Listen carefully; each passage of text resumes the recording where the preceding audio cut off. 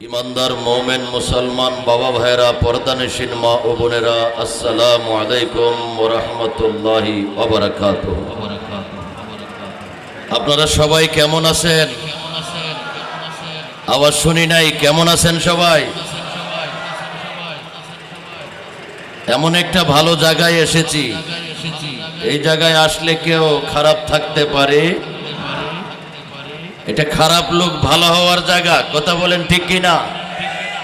এটা রহমতের ভান্ডার, দয়ার ভান্ডার, মাগফিরাতের ভান্ডার, রিজিকের ভান্ডার, হায়াতের ভান্ডার, কথা বলেন ঠিক কিনা? এই জন্য তো শায়েররা গান লিখেছেন, গানের ছন্দে ছন্দেই দরবারের পরিচিতি দিয়েছেন। আমরা সেই হায়াতের ভান্ডারে, রিজিকের ভান্ডারে, রহমতের ভান্ডারে, দয়ার ভান্ডারে, দয়ার ভিখারি হিসেবে আমরা সবাই উপস্থিত হয়েছি, কথা বলেন ঠিক কিনা? আমরা সবাই ভিক্ষুক, আর হুজুর গৌসুল আজম মেজবান্ডারি হলেন ভিক্ষাদাতা, কথা বলেন ঠিক কিনা?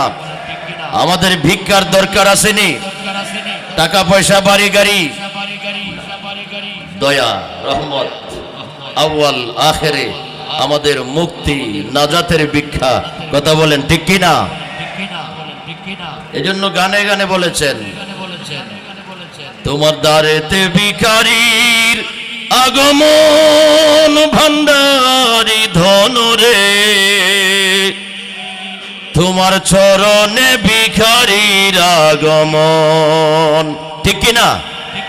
আমরা তো সেই ভিক্ষুক হিসেবে এসেছি, ঝুলি ভরায় খালি ঝুলি নিয়ে এসেছি, যাতে গৌসুল আজম মেজবান্ডারি আমাদের ঝুলি যাতে ভরপুর করে দে।